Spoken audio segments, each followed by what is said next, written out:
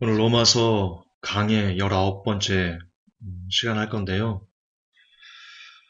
음, 제가 그 로마서로 행하는 성료 해방죄라고 이렇게 서론, 그리고 1탄, 2탄 이렇게 써놓은 게 있습니다. 그게 로마서와 연결되는, 아니 로마서 그 자체이기 때문에 음, 오늘 그것을 종합해서요. 이게 필요하겠더라고요. 종합해서 서론 1탄, 2탄을 제가 압축해서 설명하는 걸로 로마서 강의 19탄을 대신하겠습니다. 먼저 여러분, 오늘 세 가지로 나눠서 우리가 생각을 나눌 건데요. 첫째가 성령 해방죄입니다. 여러분, 성령 해방죄 궁금하셨죠? 우리 회복교 성도들도 저한테 제가 목회할 때 많이 저한테 물어봤던 내용입니다. 전사님, 성령 해방죄가 뭐예요? 그때마다 제가 개인적으로 성령 해방죄가 뭡니다라고 이야기 드린 바 있는데요. 그리고 예전에 2012년도에도 13년도인가요? 제가 성녀해방죄에 대해서 써놓은 글도 있습니다. 음, 다시 한번 제가 성녀해방죄가 뭔지 말씀드릴 거고, 두 번째는 믿음에 대해서 여러분들과 생각을 공유할 겁니다. 믿음이란 무엇인가? 믿음으로 구원받는데, 한간에는 회복교회를 향해서 행위구원자다, 알미니안주의다, 하나님의 십자가를 헛되게 하는 김전사는 그렇게 이단이다 이렇게 이야기를 하는데요. 그들은 제가 믿음으로 구원받는 것이 아니다라고 가르친다라고 이렇게 저에 대해서 악담을, 유언비어를 퍼뜨리고 계시는데요. 오해입니다. 오해입니다. 저는 단 한 번도 예수님을 믿는 믿음만으로 구원받을 수 없다라고 말한 적이 없습니다. 저는 누구보다도 예수님을 믿는 믿음으로만 구원받는다라고 어, 그 철저한 믿음의 기본을 지키는 사람이고요. 그리고 회복교회 성도들에게도 그렇게 이야기했다, 그렇게 가르쳐 왔다라고 가르친다? 제가 감히 여러분들을 가르친다라고 표현하면 안 되죠. 여러분들에게 그 생각을 공유했었다. 어, 그렇게 자신할 수 있습니다. 그리고 세 번째는요. 로마서 11장 6절이 갖고 있는 그 의미.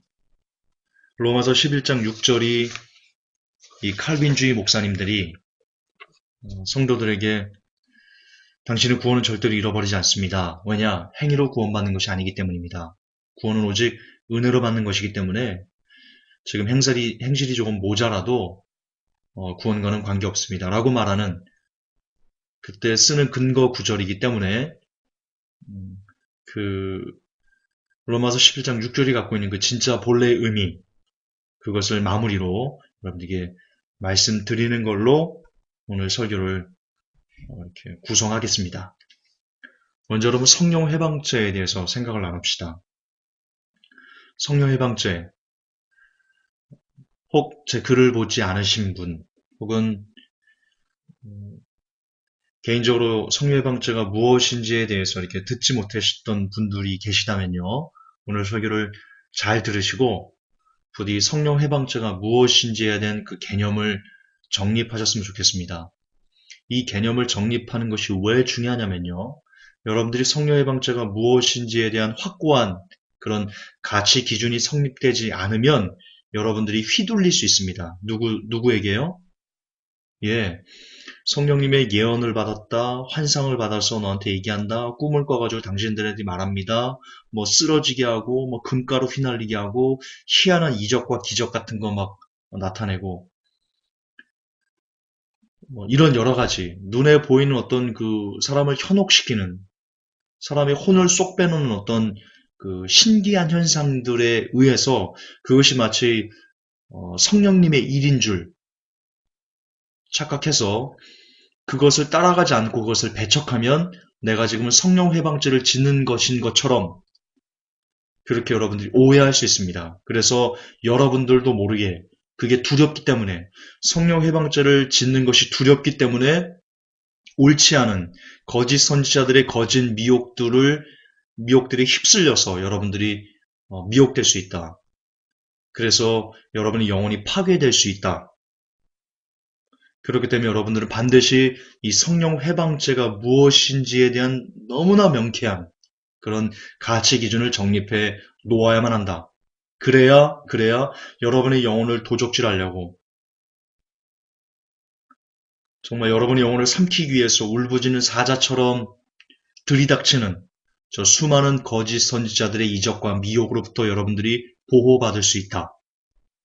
그렇습니다. 성령 해방죄를 알고 모르고, 이것은 성령 해방죄 그따위 이게 아니고요. 성령 해방죄가 무엇인지는 개념은 정말 중요하다. 정말 중요하다. 미혹되지 않을 수 있는, 특히 지금처럼 꿈을 꿨네, 환상을 봤네, 천국에서 예수님을 만났네, 이러는,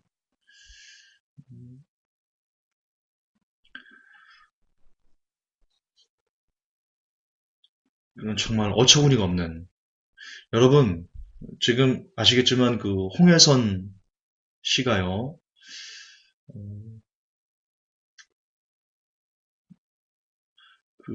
강연 때 천국을 수백 번, 1000번 이렇게 왔다 갔다 했다고 그렇게 강의한답니다. 그러면서 천국에서 자기가 이탈리아 남자 스타일을 참 좋아하는데, 천국에서 꿈을 꾸는데 천국을 갔답니다. 꿈을 꿨다 그러나? 글 보니까. 어쨌든 천국을 갔는데, 거기서 이탈리안 스타일의 남자가 이렇게 멋진 옷을 차려입고, 자기가 너무나 좋아하는 그런 모습으로 어떤 남자가 이렇게 멋지게 서 있더랍니다. 그래가지고 가슴이 콩닥콩닥 해가지고 바라봤더니 예수님이 이탈리안 스타일 옷으로 쫙 입고는 그렇게 홍혜선 씨를 맞이했다. 그렇게 얘기하는데요. 그러면서 같이 스포츠카를 탔다고 그러든가, 스키를 탔다고 그러든가, 네, 스키를 탔답니다. 스키를 타가지고 이렇게 쭉 내려오니까 천사가 자기가 너무 좋아하는 떡볶이와 오뎅을 끓이고 있더라.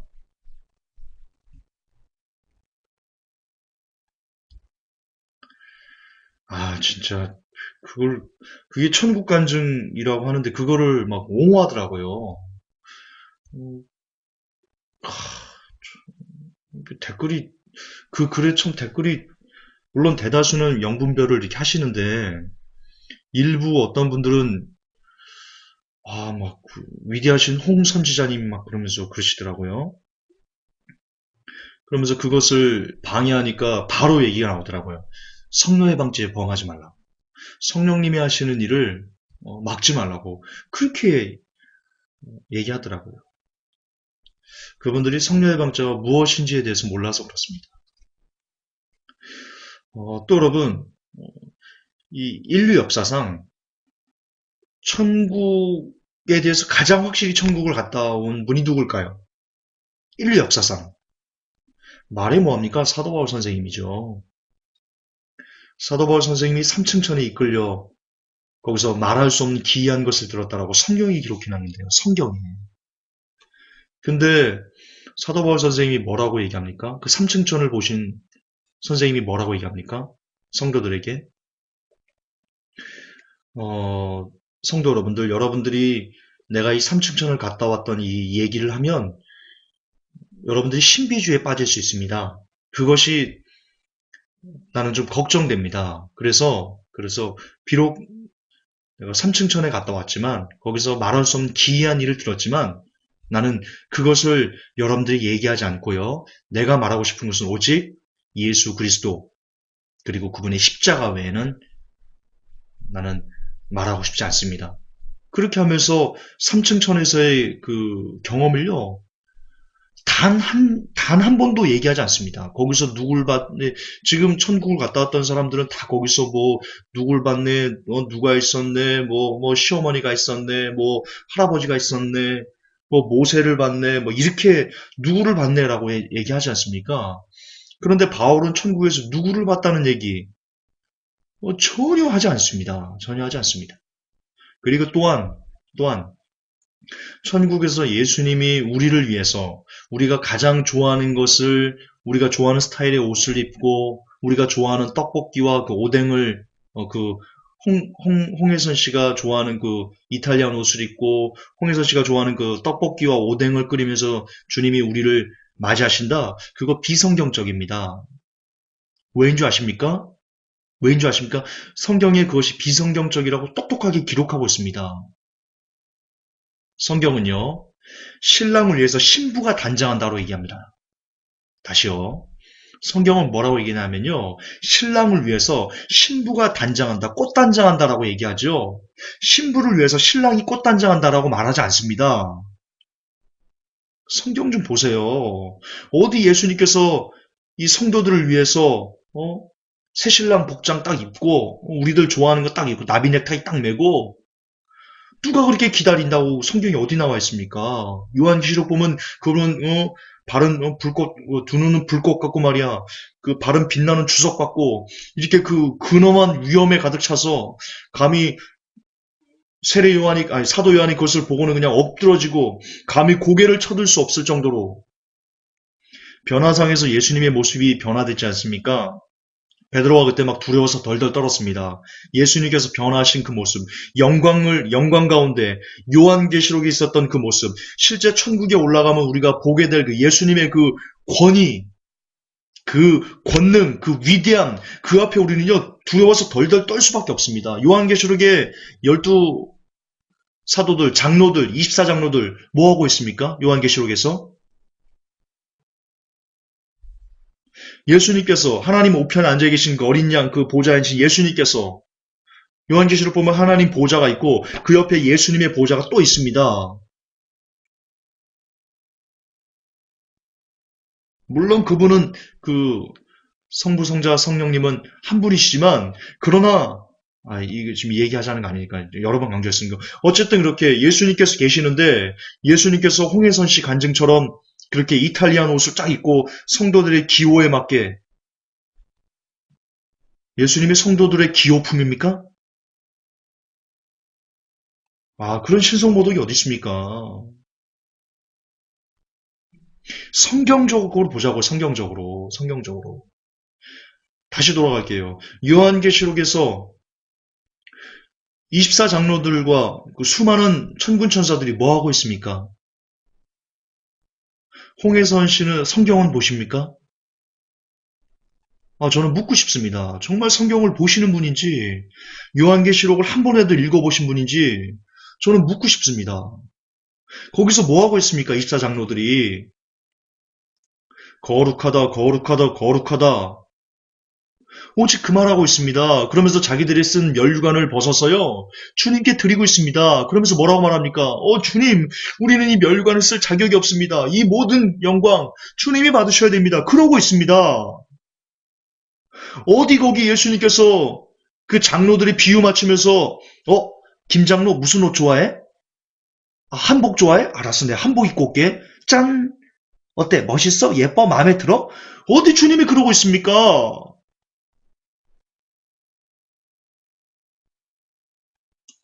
아니잖아요. 성경이 전혀 그것과 다르잖아요. 그리고 보라, 신랑 예배드릴 신부가 준비되는 겁니다. 신부가 꽃단장하는 거고요. 신부가 이 세마포 입는 거고요.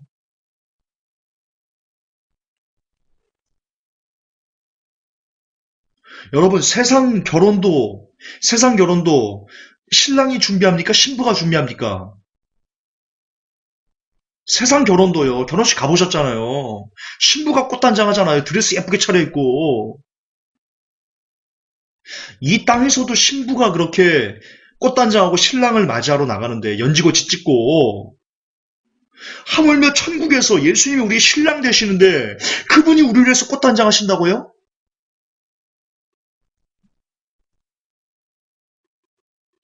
정말 왜 그러세요? 홍혜선 씨 왜 그러세요, 좀.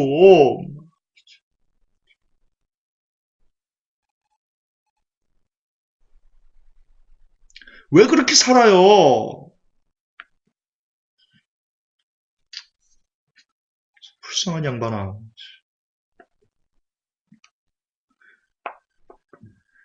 여러분, 아니에요. 여러분이 준비되셔야 돼요. 신부가 준비하는 거예요. 아시죠? 제 말 뜻. 여러분 천국 가면 여러분 감히 예수님 쳐다볼 수도 없어요. 성경에 사도 바울이 뭐라고 그랬어요? 지금은 희미하게 보인다. 그러나 그때는 얼굴과 얼굴을 맞대고 보는 것처럼 그렇게 밝히 알게 된다.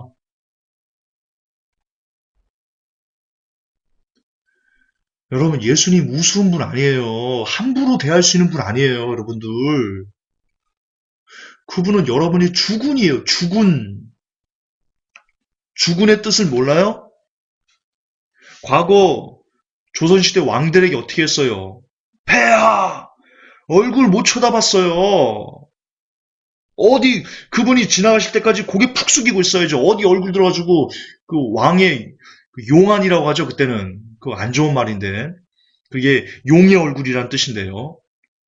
근데 뭐 마귀가 천 넘게 이렇게 지배했던 세상들이니까 어쨌든 그 용안을 감히 쳐다볼 수가 없었어요. 불경죄에 걸려가지고 인간에서의 왕도 그렇게 신하들이 그리고 일반 백성들이 쳐다볼 수 없었는데 하물며 온 우주의 왕이세요. 온 우주의 왕.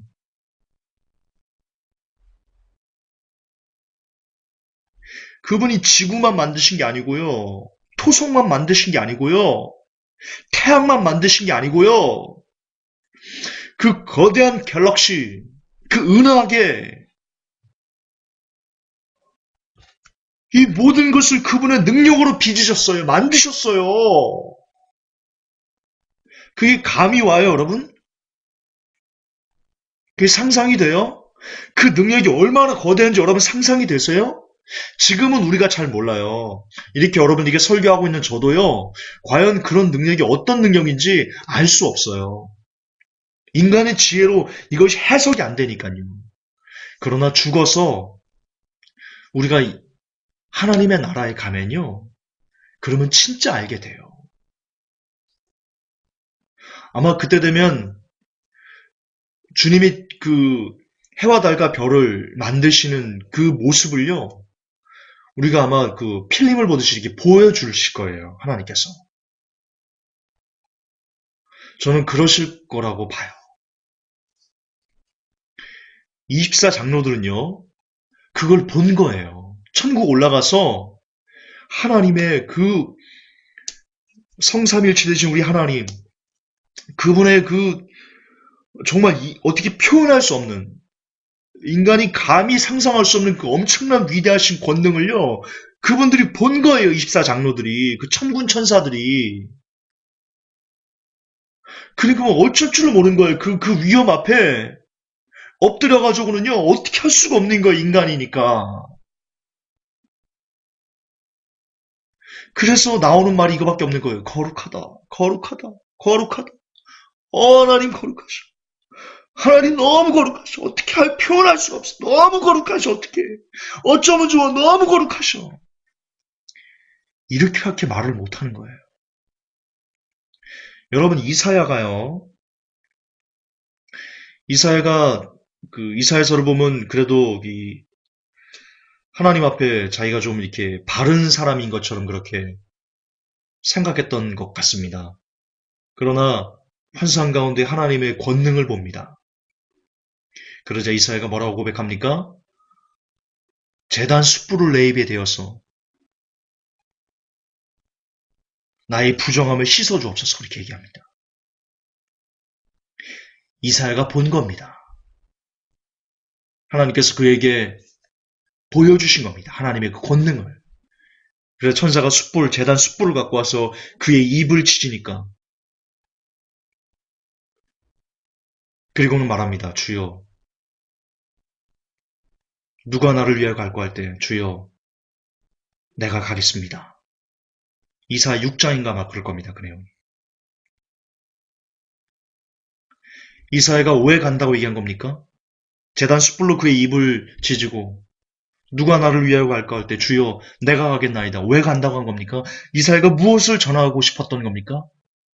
자기가 본 하나님의 권능, 하나님의 영광, 하나님이 이런 분이시다. 그걸 이사야가 전하고 싶었던 겁니다. 이처럼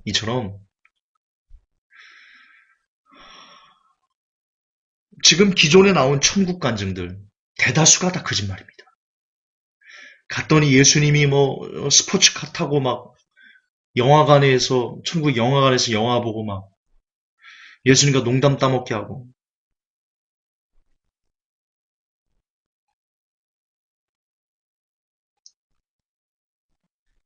제가 성경을 근거로 말씀드리겠습니다.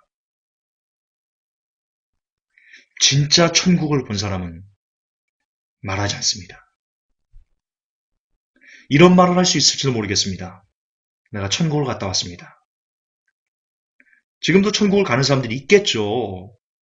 지금도 성령님의 역사는 계속되니까요.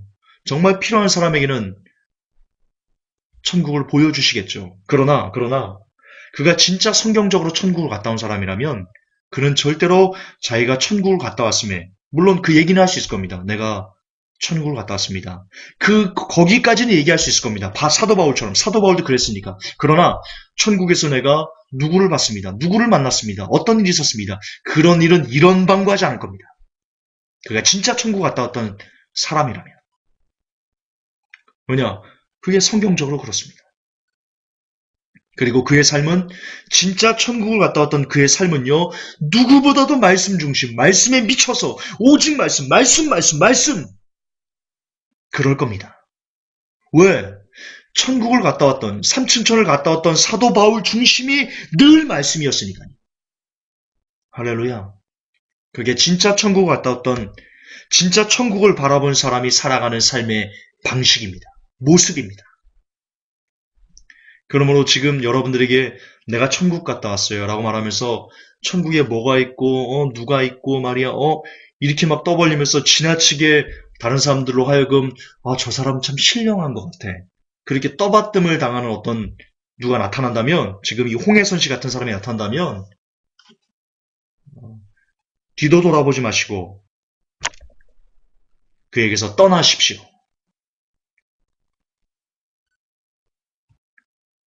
미혹은 가랑비에 옷이 젖는 겁니다.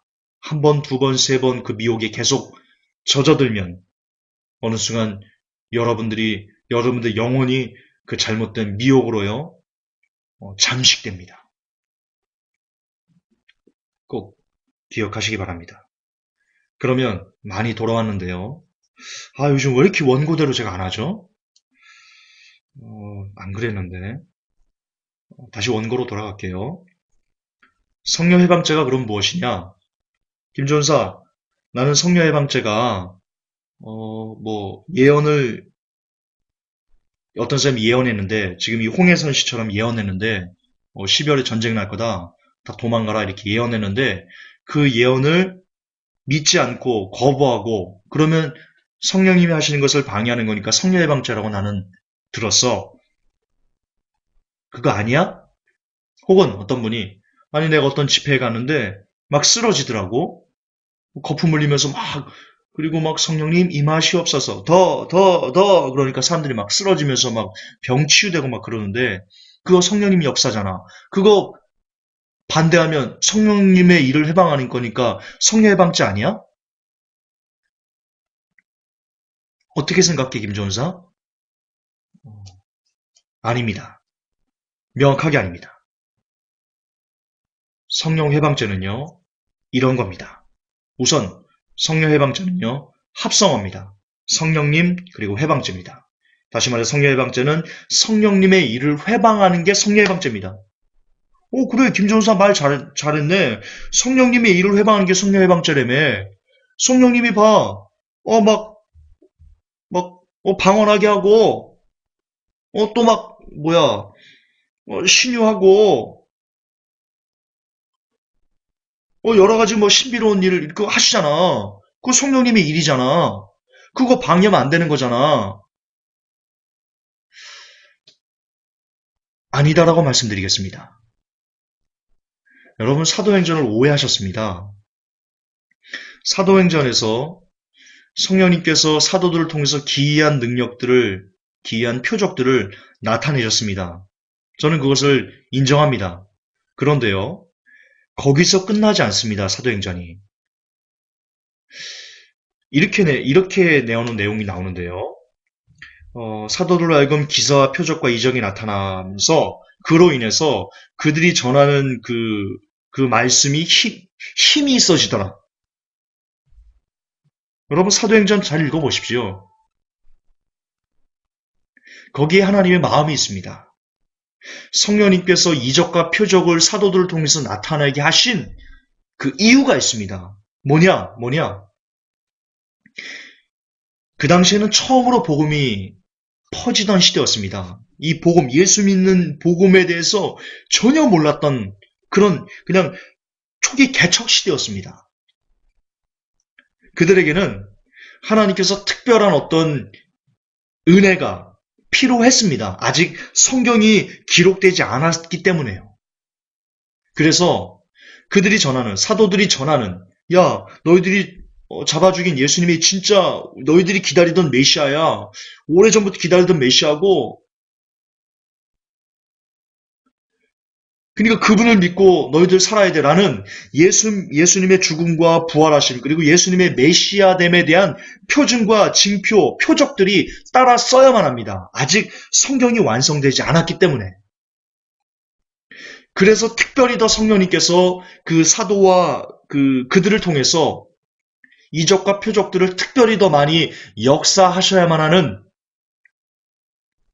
그런 필요가 있었습니다. 그리고 그것은 구약에 예언되어 있던 겁니다. 제가 한번 여러분 설명드렸었는데요. 예수님과 하나님의 자녀들, 선택된 자녀들로 인해서 표적과 기적과 이사가 나타날 것이다. 그렇게 이사야서인가요? 제가 한번 설교했죠. 거기에 이미 기록되어 있습니다. 따라서 사도들은요, 창세전에 하나님께서 사명으로 예정하신 사명 예정자들입니다. 그렇기 때문에 그들에게는 특별히 더 이적과 표적과 이런 것들이 나타났던 겁니다. 그거는 말씀에 기록된 대로 그것이 성취된 것입니다. 물론 지금 시대에도 표적과 기적과 이사가 나타남을 저는 부인하지 않습니다. 그러나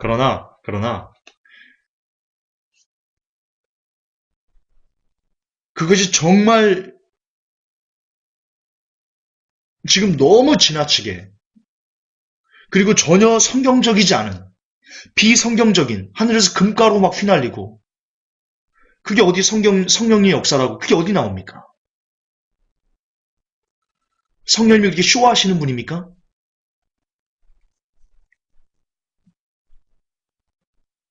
지금 성령님의 역사라고 하면서 행해지는 내용들을 보십시오.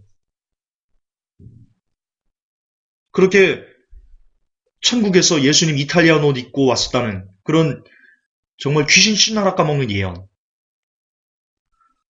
전쟁이 뭐가 나고 이런 좀 정말 어처구니가 없는 환상들. 그리고 아다다다다다다 으라라라라는 귀신 방언들. 그 후에 쓰러지고 막 개거품 울면서 닭소리 이런 내는 거. 막 불 받았다고 하면서 넘어져. 그러면 막 넘어져가지고 막 몸을 다다다다다다 막 달달달 떠는.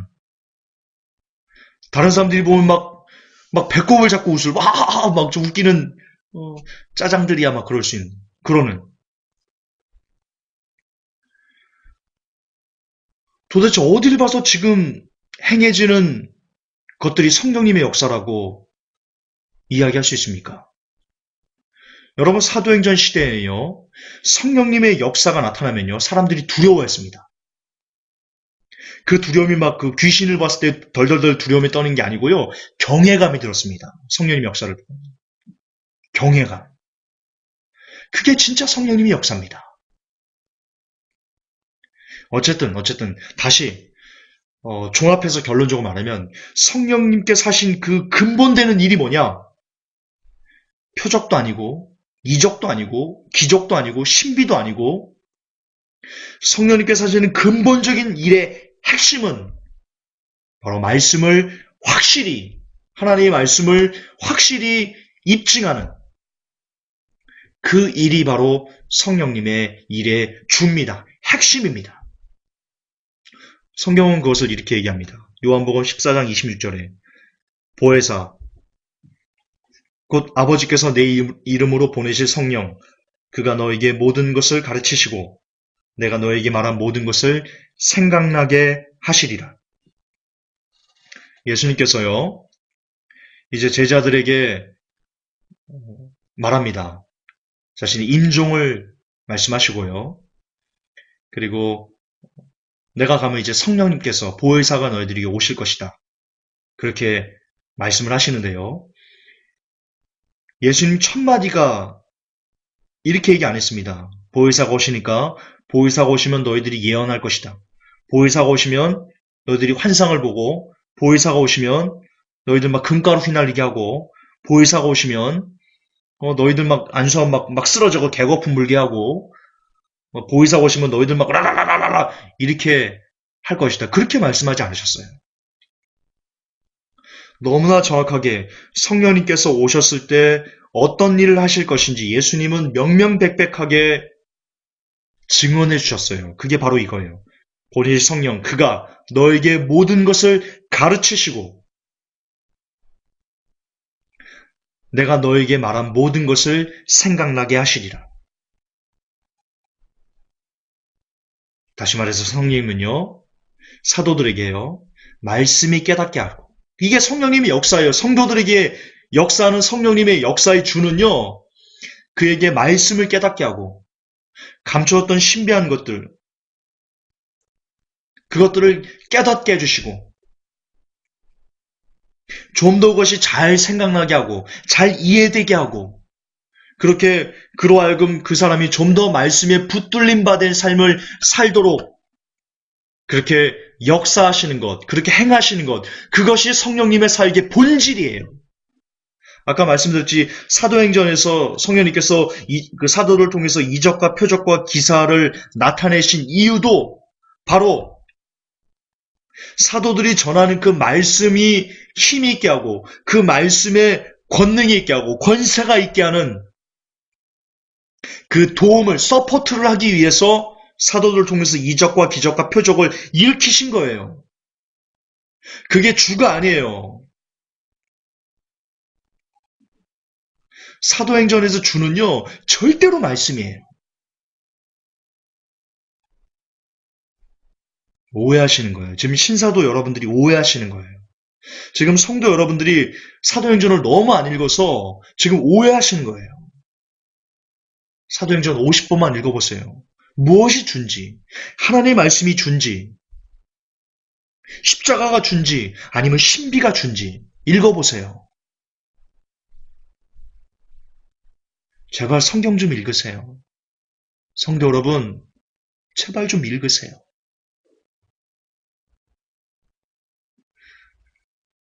어떻게 해야지 성경 읽을 거예요? 어떻게 해야지?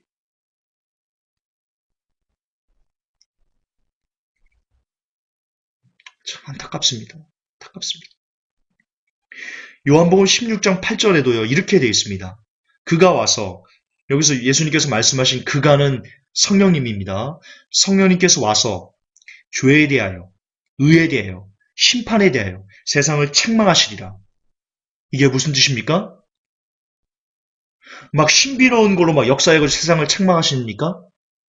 막 금가루 휘날리면서 세상을 자 너희들 책망받아라 이러십니까? 성령님께서? 막 개거품 물게 하면서 닭소리 소리 내게 하면서 세상을 책망하신다는 겁니까?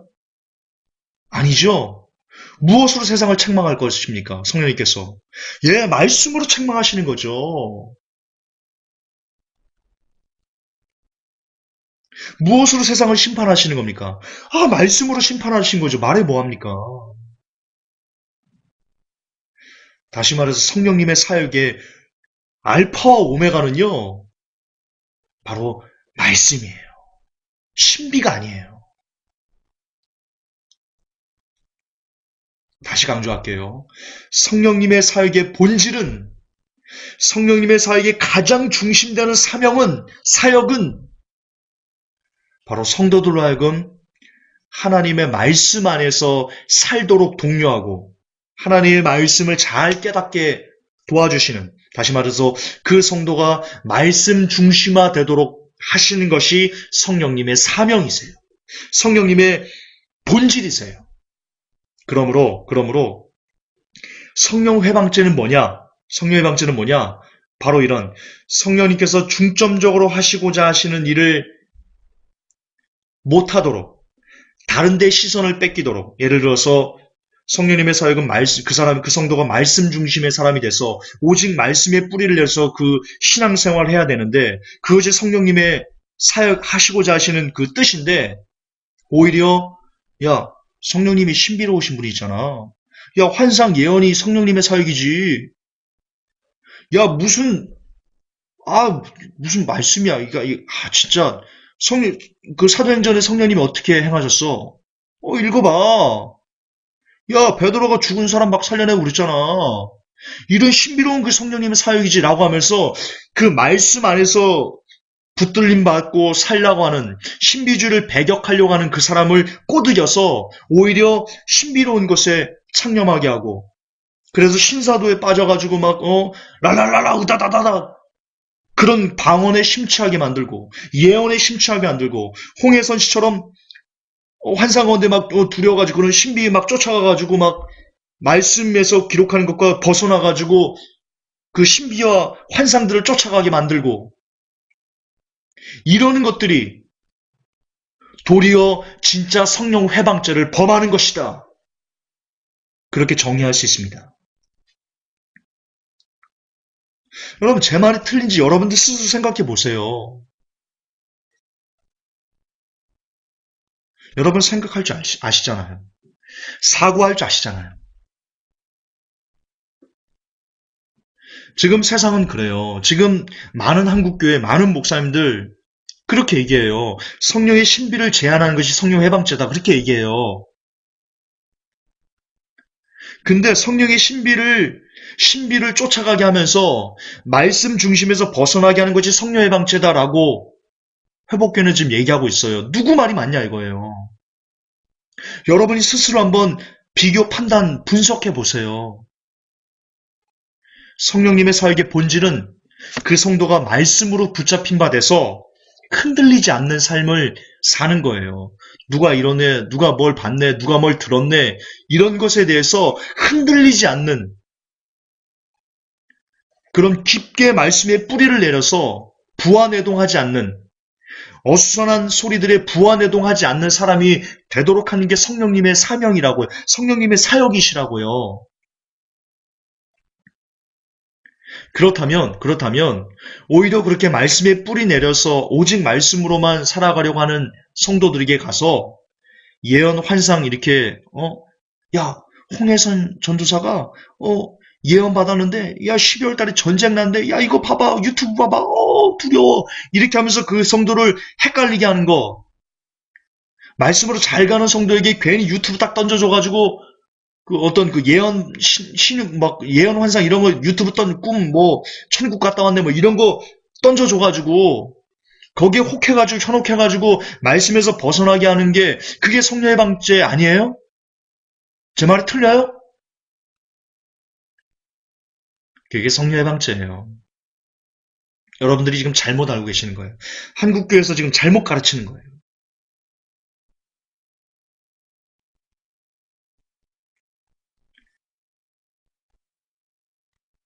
하나님은 첫째도, 그리고 둘째도, 그리고 셋째도 알파와 오메가는 말씀이에요.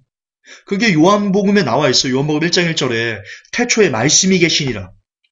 이 말씀이 하나님과 함께 계셨고 이 말씀이 육체가 돼서 이 땅에 오셨다. 그분이 예수님이다. 예수님은 곧 말씀이시다.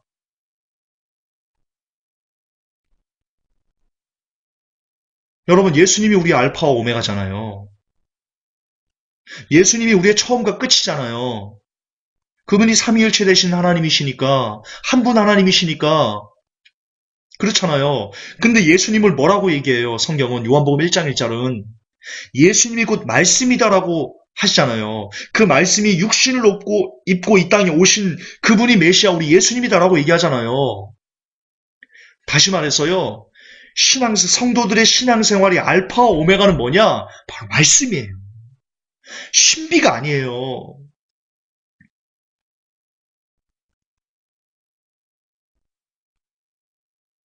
왜 여러분들이 말씀을 읽어야 돼요? 성도들이 갈망하는 알파와 오메가가 말씀이니까 말씀을 읽어야 되는 거예요. 다른 게 없어요, 여러분. 성도는요, 하나님께서 창세기에 보면요, 우리를 흙으로 지으시고 그 코에 생기를 불어넣으시니 그가 곧 생명이 된지라라고 돼 있어요. 하나님께서 숨을 불어넣으셨더니 사람이 살아있는 생명이 됐어요. 다시 말해서 우리가 계속해서 하나님과 함께 살아가기 위해서는 하나님의 숨이 우리에게 불어넣어줘야 돼요. 하나님의 숨이 뭐예요? 하나님께서 사람을 살리신, 사람을 생명으로 만들어 놓으신 그 숨이 뭐예요? 그게 말씀이라고요. 따라서 성도는 말씀을 보지 않으면, 말씀을 묵상하지 않으면, 말씀을 먹지 않으면 성도는 살 수가 없는 존재예요. 그는 그냥 죽어버리는 거예요. 하루라도 말씀을 먹지 않으면, 하루라도 말씀을 읽지 않으면, 하루도 말씀을 묵상하지 않으면 그 성도는 죽어버리게 돼요. 왜? 하나님이 그 코에 생기를 불어넣으셔야 그가 생명이 되니까요. 그 생기가 바로 하나님의 숨이 바로 말씀이니까요.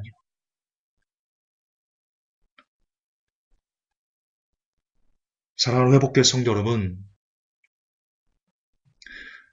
정말 그때가 가까울수록 우리 주님께서 가까이 올수록 너무나 많은 미혹, 너무나 거센 우리로 하여금 말씀을 벗어나게 만드는 여러 가지 일들이 여러분에게 들이닥칠 거예요. 그때마다 여러분들을 꼭 붙잡아 줄 수 있는, 하나님께 꼭 붙들어 맬 수 있는 유일한 길은, 정말 유일한 길은 말씀 외에는 없어요. 그래서 시편에서 복 있는 사람은 여호와의 율법을 주야로 묵상하는 자로다. 그렇게 묵상하는 자만 바람에 흔들리는 갈대처럼 이리 갔다 저리 갔다 하지 않는다. 성경은 그렇게 이야기하고 있어요. 여러분의 믿음을 제발 말씀에 뿌리 내리세요. 오직 말씀에 뿌리 내리세요. 성경에 보면 반석에 뿌리를 내리라고 돼 있죠. 마태복음 7장에 보면 그 반석이 뭐예요? 반석이 누구예요? 예수님이라고요. 예수님이 누구예요? 예수님이 뭐예요? 예수님이 말씀이라고요. 다시 말해서 반석에 뿌리를 내린다는 것은 바로 말씀에 우리의 믿음에 뿌리를 내려야 된다는 뜻이에요. 말씀에 뿌리를 내리려면 어떻게 해야 돼요? 여러분 어떻게 해야 돼요? 말씀에 뿌리를 내리려면. 여러분이 말씀에 깊게 뿌리를 내릴 만큼 충분히 여러분이 말씀을 먹어야 되는 거예요. 신비 쫓아다닐 시간에, 환상, 예언 쫓아다닐 시간에 말씀 한 자 더 보세요. 오늘 28일이잖아요.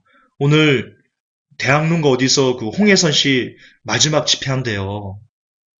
거기 그런 어처구니없는데 쫓아다닐 시간에, 그 시간에 그 버스 타고 왔다 갔다 하는데 최소한 2시간은 걸릴 거 아니에요. 그 2시간에 집에서 고요하게 성경책을 펴고요. 마태복음을 읽으세요. 그게 100만 배 더 유익해요. 100만 배. 여러분의 영혼에게.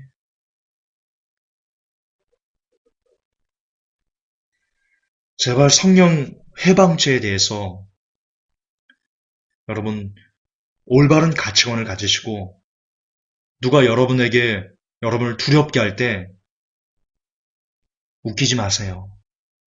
성경 보세요. 성령 해방죄가 뭔데요? 성령님이 하시는 게 성령님의 사역의 본질이 예언하는 거였어요? 환상 보는 거예요? 방언하는 거예요? 병 고치는 거예요? 성령님의 사역의 본질은요, 그 성도가 말씀에 붙들림 받은 삶을 살게 하는 거예요. 어디서 사기치고 있어요? 저리 가세요. 그렇게 과감하게 물리치세요.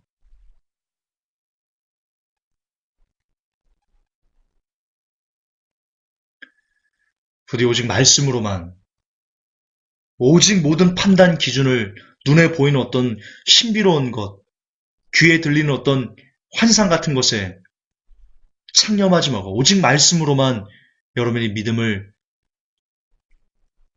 굳게 붙잡아매는 복된 우리 회복교회 성도들이 되시기를 축복합니다. 여기까지 할게요. 여기까지 할게요. 아까 서두에 제가 믿음 그리고 로마서 11장 6절에 대해서 제가 한다고 그랬는데요. 그거는 글을 보세요. 글만 봐도 너무 쉽게 이렇게 이해할 수 있도록 간단 명료하게 글을 써놨습니다. 혹 이해가 안 되시는 분은요, 저기 별도로 메일을 주십시오. 아닌데 메일 주시면 제가 뭘 하지? 그러면 제가 설교를 하겠습니다. 그 메일을 한 명이라도 그런 메일이 오면 제가 다음 주 금요일 날 나머지 믿음이란 그리고 로마서 11장 6절 제가 하겠습니다. 메일이 없으면 제가 그냥 다른 거 준비한 거 그 8장 로마서 강의 8장 할 차례거든요. 그걸 이어서 금요일 날 하겠습니다. 이걸로 마무리하겠습니다. 기도합시다. 하나님, 사람들이 성령님에 대해서 너무나 많이 오해합니다.